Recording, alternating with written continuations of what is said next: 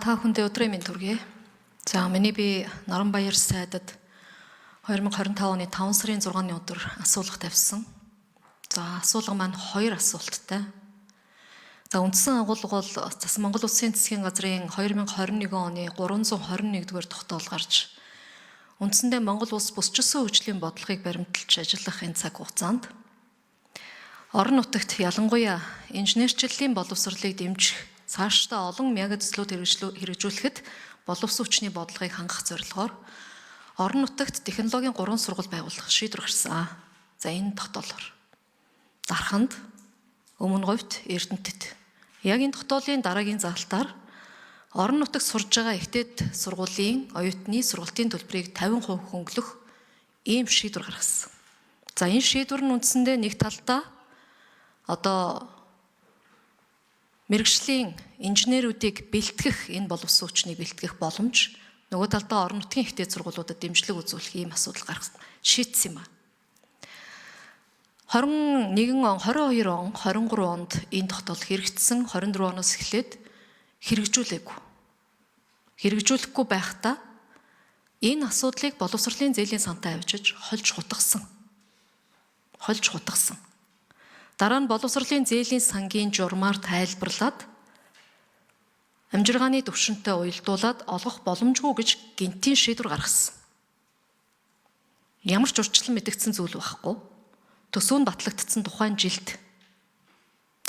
За ийм асуудал үүслээ 2 хүчин төгөлдөр засгийн газрын тогтоол хоорондоо зөрчилдөж байна гэдэг их хурлын гишүүний зүгээс тавихаар 25 онд гаргасан шийдвэрээрээ энэ 21 оны шийдвэрийг хүчингүй болгосон. За би энэ хүчингүй болох шийдвэр гаргахаас өмнө би асуулга тавьсан. Асуулгаараа нэгдүгээрт энэ асуудлыг шийдэх юм уу?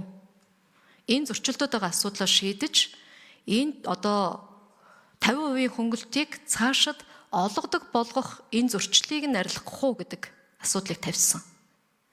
За үндсэндээ гаргасан шийдвэрээр олохгүйг хариулчих гэж би харж байгаа юм. Тэгэхээр өнөөдөр та надад 79-оор шийдвэр өгч энэ гаргасан хууль зөрчсөн шийдвэрээ өөрчлөх юм уу? Таны хариултаас шалтгаалж би энэ асуудлыг улсын их хурлын чуулганд оруулах уу, эс оруулах уу гэдэг асуудал дээр шаардлагатай тохиолдолд би санал гаргах хэрэгтэй болж байгаа. Тэгэхээр та энэ 321-р тогтоолын хүчингүй болгосон заалтаа хуулийн хүрээнд уялдуулаад сэргээх үгүй юу гэдэг дээр тодорхой хариулт өгч. За Норонбаяр сайд хариулна. За тэгэхээр энэ 21 оны энэ тогтоол бол төвлөрлийг сааруулах орон нутагт ихтэй сургуулийн сургалтыг дэмжихэд бол маш сайн үр нөлөө үзүүлсэн гэж боддог. 23 оны 7 дугаар сард хүчин төгөлдөр болсон дээд боловсролын тухай хуулийн 4-1-7 дээр сургалтын төлбөрийн хөнгөлт гэж дээд боловсролын сургалтын байгууллагын суралцагчийн сурлагын амжилт болон төлбөрийн чадамжийг харгалзан таслал төлбөрөөс тодорхой хувиар чөлөөлөхийг хэлнэ гэсэн байна. Тэгэхээр энэ хуулийн заалттай уялдуулж дараа гарсан журмууд нь өөрөөр хэлбэл амжиргааны төвшинг нь харгалзсан гэсэн ийм л журм руу орсон юм байлээ л төлбөрийн чадварыг харгалзсан гэдэг энэ үгнээс болоод. За мэдээ сургуулийн амжилтыг бол 2.8 гэсэн голчоос дээш сурж байгаа орон нутгийн хүүхдүүд бол шууд энэ 50% хөнгөлтийг бол идэх боломжтой. За мөн боловсролын зээлийн сангаас хүүгүй орон нутгийн сургууль суралцж байгаа хүүхдүүд бол зээл авах 50% дээр зээл авах боломжтой байгаа. За өнөөдөр яг энэ орон нутагт үйл ажиллагаа явуулж байгаа төрийн өмчт ихтэй сургуулийн бакалаврын хөтөлбөр суралцагчдын 50% хөнгөлт бол нийтдээ Дархан уул аймаг дахь салбарт бол 225, Орхон аймаг дахь салбар сургууль 61 гээд ингээд нийтдээ бол 1853 хүүхэд 3 тэрбум 202 сая төгрөгийн ийм хөнгөлтийг бол эдэлж байгаа ийм нөхцөл байдалтай байгаа. Хуулийн заалтыг хэрхэн тайлбарлах вэ гэдгээс их зүйл шалтгаалж байгаа. Боломжтой бол ихтэй сургуулиуд дэмжиж явах юм юу бол дүүрэн байна. Сэтгэл зүрх. Өөрөөр хэлбэл орон нутагт байгаа энэ ихтэй сургуулийг дэмжих нь бол шууд төвлөрлийг сааруулахтай, бүсчилж хөгжихтэй шууд холбоотой учраас гагцгүй саяны уншсан энэ заалттай холбоотойгоор бас сангийн яамч гэсэн энэ журам дээр саналаа ирүүлж ин амжиргааны төвшингийн асуудлыг бол голлож оруулчихад байгаа юм аа. Ийм л нөхцөл байдалтай байгаа. Улсын хурлын гишүүний хувьд та өөрийнхөө бүрэн эрхийг хэрэгжүүлээд ингээ явхад бид бас хамтран ажиллахад бэлэн байна.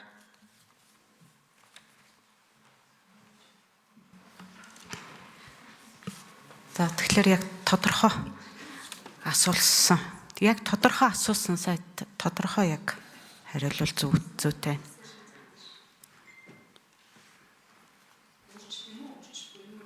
За Наранбаяр сайд. Хуралдаан дарлагчаа би тодорхой хариулсан шүү дээ. Маш тодорхой хариуллаа.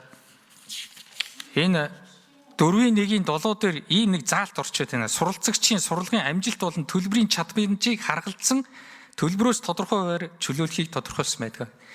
Тэгэхээр та бол улсын хурлынхаа гишүүний бүрэн эрхийн хүрээнд энэ асуудлыг хөндөө явахад бид бүхий л одоо болцоотойгоор хамтран ажиллахад бэлэн байна л гэж хариулж байна.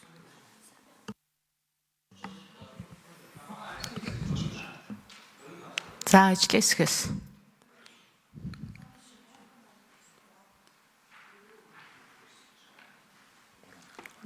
За ажлын хэсэг 1 номер. За боловсролын судалгааны үндэсний хүрээлэнгийн захирал Оюуна байна. За би саяна өөрийн төвийн гишүүний асуусан асуулттай холбоотой нэмэлт тодруулах хэлье гэж бодож байна. За засгийн газрын 2021 оны 321-р тогтоолоор энх хамгааллын сайд тодорхой үүрэг өгөгдсөн байдаг. За тэр нь болохоор орон нутаг дахь төрийн өмчт ихтэй сургуульд суралцах, оюутнуудад сургалтын төлбөрийн 50% хөнгөлөлт үзүүлэх, зээл олгох асуудлыг холбогдох журамд нь тусгаж шаардлагадах их усүрийг тухайн жилийн батлагдсан төсвийн хүрээнд шийдвэрлэх ийм үүрэг өгсөн. Тэгэхээр энэ заалтаар бол яг энэ 50% хөнгөлөлтөө зээлтэй холбоотой асуудлыг холбогдох журамд нь тусга гэсэн ийм үүрэг өгөгдсөн байгаа. Тэгэхээр үүнтэй холбогдуулаад энэ 50% хөнгөлөлтийг олгох зээл, за бүсэлгүй тусламжийн энэ асуудлуудыг бол холбогдох журам буюу зээлийн сангийн журамд нь тусгаж өгсөө. Тэгэхээр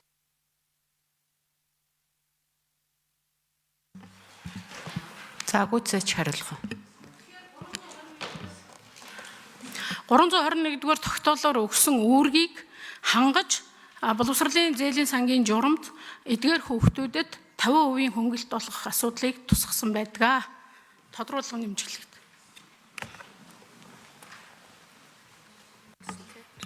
Оюума. Хүрээлэнгийн захирал.